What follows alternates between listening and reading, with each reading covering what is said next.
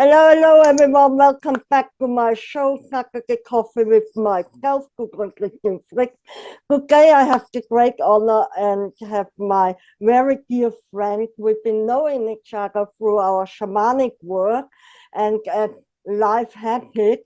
We kept training together over and over again. Welcome to my show, Gill Hall. Hello, Thanks, G. lovely. Hello, Hello. it's lovely to be here. How are you? How are you? Tell me. I'm very good and very good this morning, and I'm looking forward to chatting with you. And yeah, let's go. Thank you, thank you. So my first question, Jill, like, what are you doing and why? So right now in my life, I'm doing lots of things, which makes me very happy to have a very kind of diverse lot of stuff going on. Um, Firstly, what I do is I'm a coach. A few years back, I trained as an integral coach, and I coach people who are in some way stuck in their lives or want to try to live their dream or realize their potential. And what's happened in recent years, which actually brings me a lot of happiness, is that I've been coaching young people quite a lot. So it started with my daughter and coaching some of her friends, and it's really kind of taken off from there. And it seems to me that there's a very difficult moment in a young person's life, and it's the transition from full-time education into work. And for lots of young people, that is a very challenging time. They meet this kind of the industrial machine of the workplace, and it doesn't make sense, and that can be quite challenging. And so I do coach young people through that period, helping them to find the path that kind of they want to be on, or helping them to make the next step in their careers. So that's one of the things that I do. I'm also trained as a family constellations practitioner. And so I do family constellations for people, which is it's a healing method. It's a very beautiful way. I mean, because you've experienced it. Yeah, It's a wonderful. very, very beautiful way of unblocking the flow of love in a person's life. Yeah. And I'm about to run a workshop where I'm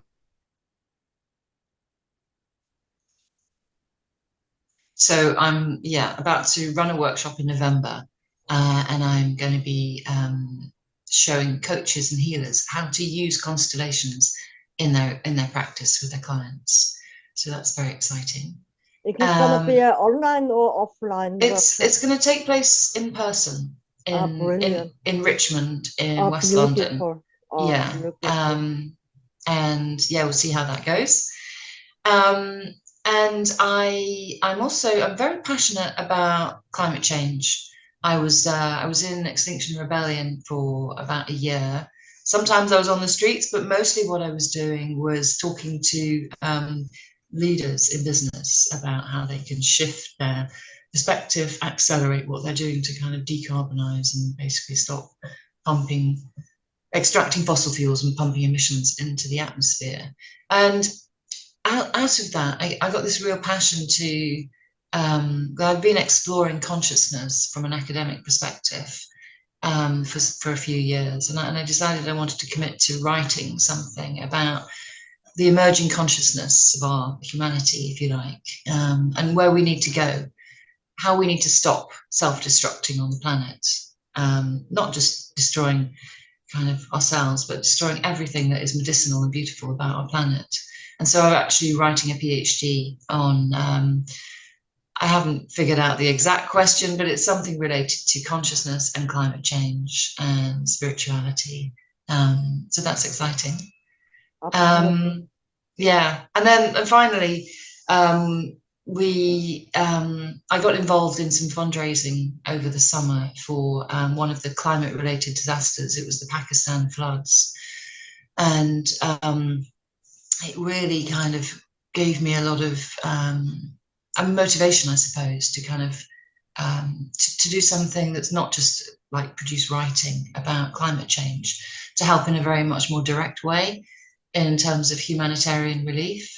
And so I've got some kind of projects in the pipeline related to that. And I'm actually I was just saying to you, I actually went to Karachi a few weeks ago, and I'm in the process of setting up a school there for children who are out of school, who've dropped out for all kinds of reasons. Yeah, so that's probably a kind of like quick summary of all of the things that are going on. Let me ask you, climate change. What's your take on it in terms of, okay, we have the industrial, so let's take a gas power, if you want to take a greedy oil producer. Are you frozen? You're not frozen. Sorry. I thought you were frozen. So you have the greedy oil producer, and coal, and they've been making billions and billions. And then you have the alternative. I mean, as far as I know, you can use hemp to produce oil and plastic and so on. So in terms of what can in your opinion, what can a normal person, like normal you and me, who is not in the government, who struggles with the daily survival anyway, have maybe a family as well to feed, blah blah. So what can we do consciously to make a shift in, because it is consciously, right? I believe your take is that we need to change our perspective in order, it's like a consumer power. If we don't want to consume oil, we cannot sell oil in that aspect. So what can we, as a normal person, as simple as little, but yet effective? I think there are lots of things that individuals and families can do. I also think it's really important to remember that the real shift has to come from governments and corporations. It's so massive. That's where the power lies. So one of the things that we can do, and everybody should do, is to put pressure on corporations and on governments to actually put all of us on the pathway to zero emissions as fast as possible. That's so we can be activists, and we can be activists in how we spend our money, or we can be activists by sitting on roads and stopping traffic. And everybody has their own place of comfort and discomfort in all of that. And I don't think anybody can say what anyone else should do. But I think you can be an activist when you do your weekly shopping, because you can look at the brands and say, I know that this brand is involved in the supply chain that is deforesting the Amazon. So I'm not going to buy that brand. I'm going to buy this other brand. Maybe it doesn't taste quite as good, but I'm happy with that trade-off. So I think that what we can do is examine our whole lives and say, in every aspect of my life, where are the changes that I can make to make my life much more sustainable? Do I need to buy a new dress? Do I need to buy a new pair of shoes? Sometimes if you've got children, you have to buy new things because they're just keeping on growing.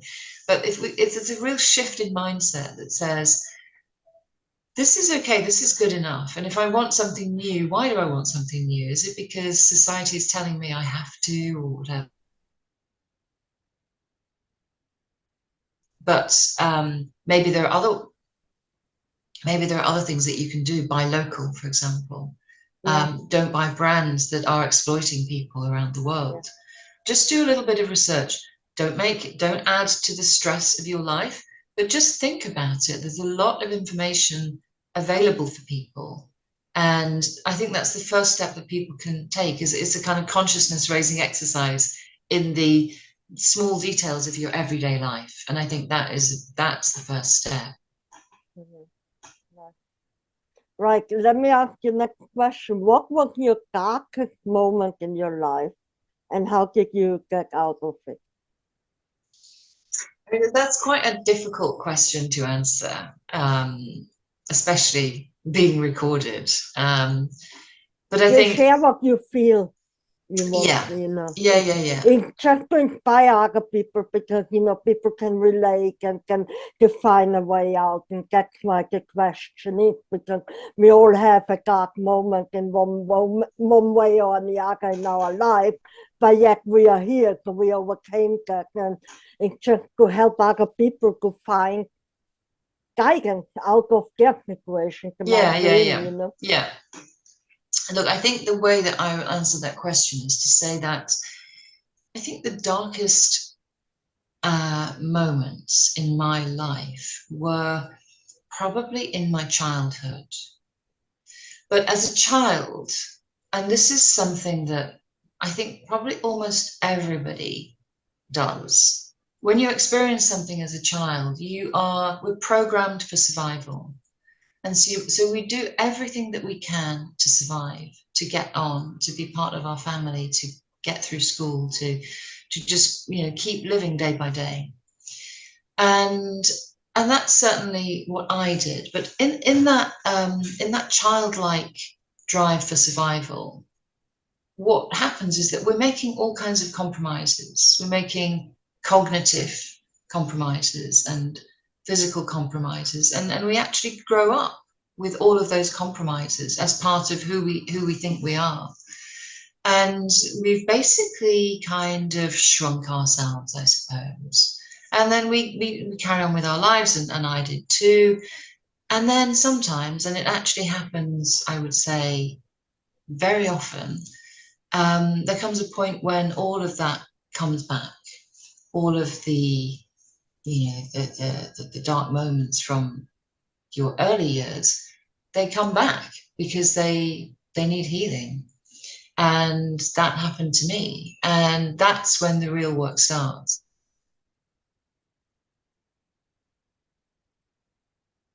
It comes back for healing. That's almost an invitation.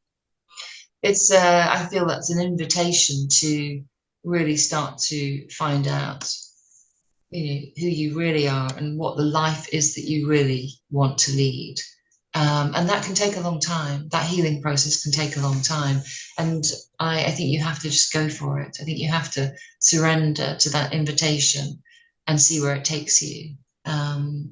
Yeah. So does that make sense? That's perfect. Yeah, I agree.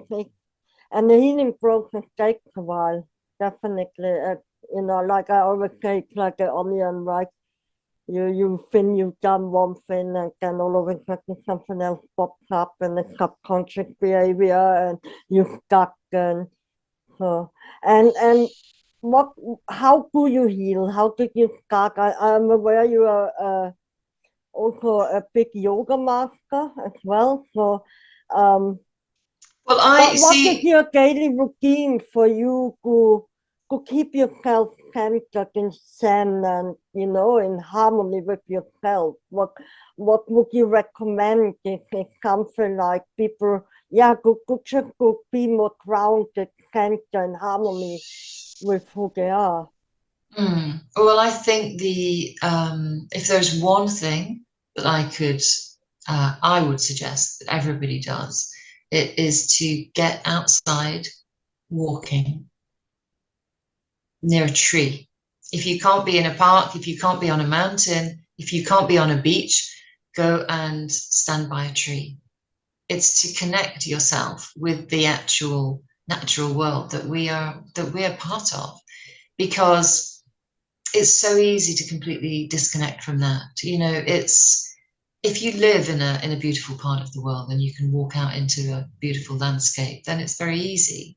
But if you're in a city, millions of people live in cities, it takes an effort to actually say, no, I'm not going to sit in pret-a-manger for lunch. I'm actually going to walk until I find a tree, and I'm just going to stop and give this tree my attention for 5 minutes, or not, or just to notice the tree. But I think those conscious movements to engage with nature are the thing that really bring us home, because that is our home. We might think bricks and mortar are our home or an office, but it's not. Nature is our home. Nice, beautiful. Yeah, it's so true. I mean, I remember how disconnected I became in London compared to now. It's such a different, it's like, you always, and I observed in London as well, people are almost walking like robots sometimes, to the underground station and crash out. And especially when I came back from America, I thought it was really such a contrast to people being connected in the world. And are you frozen? Yeah, you back? I never know if Yeah. you're frozen. Sorry, guys. So yeah, let me ask you. So, if you today was your final day, you know you're gonna leave this planet in your body shape. What would be your last message? How would you spend it and your final day? And what would be your final message, comment to the world or to your daughter or to your family? Can I ask if I have any warning that this is my last day, or are you just kind of telling me now? You already know. Yeah, Okay. Yeah. for example, Yeah. Yeah. I would gather around me every person in my life that I love, or yeah. So I would just be with this huge group of people outside in nature, somewhere like where I live here by the River Thames, or in a park, or maybe on a beach. And I would just spend the day with them. That's it. Just in a kind of like cuddle puddle with everybody that I love. Um, Nice. And what message would you leave for them to, after for them to go forward in life? so I've had, yeah, I think the thing that I would say is you get one life. Every day you just got one day. Live it to the max. Just do everything that you can to find the joy in your heart and live that every day as best you can, and try not to get too preoccupied by everything else that we're often told is important, but actually it's not. So find the happiness that's inside you, and follow it, follow the thread, follow the trail. Because you mentioned the word important, what do you think is the most important thing for human beings on this planet? What's the meaning of us being here? Maybe it's here. Well, it's probably like another PhD to answer that Yeah. question, but I do think that the thing that causes, so what is the source of our problem, disconnect, the understanding that we're part of nature, that we're part of the ecosystem of the planet. It doesn't belong to us. We're just a part of it. We give into it and we take from it. And when we disconnect ourselves from that conscious understanding, or from that physical being in nature, or from a kind of spiritual perspective, I think that's when a lot of the problems start. Because so I think connecting to people, connecting to the natural world, connecting beyond the planet into the universe and the cosmos, or to the divine in whatever form that has for you. For me, that is the thing that makes sense of existence. Yeah.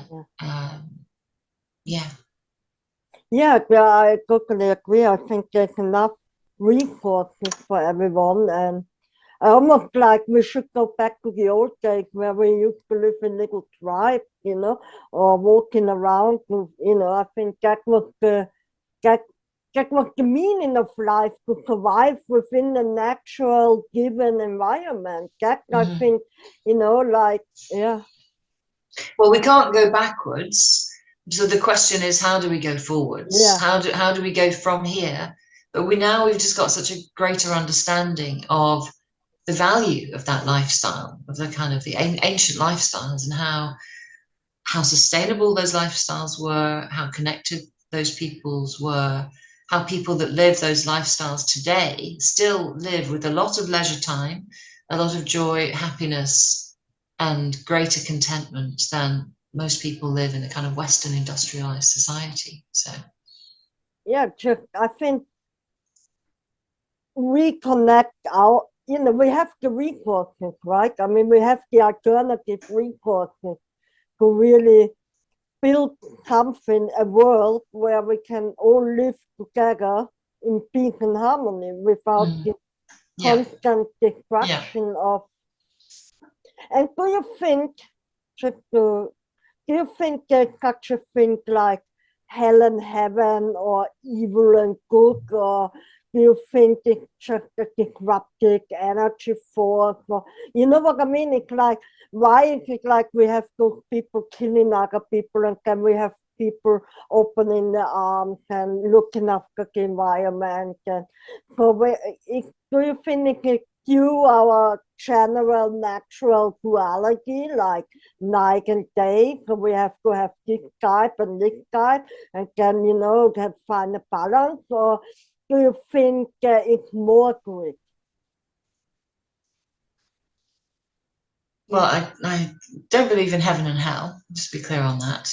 But I think there absolutely everything is duality, and there's the human capacity for existence that is full of dualities. And that particular duality of war and peace, war and peace is just one of those dualities that's on steroids, if you like. I mean, over millennia now, the drive to kind of fight and accumulate and make war has just ramped up to a kind of to a horrific degree. And it's I mean, I'm not a war historian. I can't explain why, but I think it's part of being human, and we have to address it. And I think that the way forward is acknowledging the dualities as the whole, and we have to be more conscious about what we choose for ourselves. There's no consciousness in making war, there's unconsciousness. It's just a reaction or something, right? I mean, I would take a weapon industry, maybe they consciously create war so they can profit from it. So, without regard of the effect of it, per se. Yeah. And it's still for me sometimes a miracle. I sometimes wonder, are those people actually human? Because they commit such inhuman, there's one thing, you're a serial killer and you're mental and you kill, I don't know, 10, 20 people on your way, and while you can't get caught, but they're like throwing a bomb and killing a whole country, wiping out cities, countries, the extreme is just a complete different, and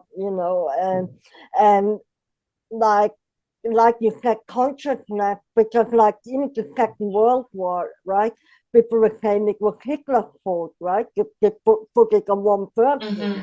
But consciously, we have to address that there were those million people following him and killing people, right? So, like I said, there's one lunatic, or there's everyone following this lunatic. So I think you're right. The war only can happen when we wake up and say, hold on, really think. And I think you can agree with me, go all over the world, how easy people follow a narrative, right or wrong. Okay. So, lovely, Jill. I want to wrap that up. Anything else you would like to tell us? No, it's been lovely to chat. Thank you so much for inviting me to chat. My honor. Thank you for your time. And we have a check up a couple recording. Guys, have a good day. I'll see you next week or in between. Anyway, have a good day.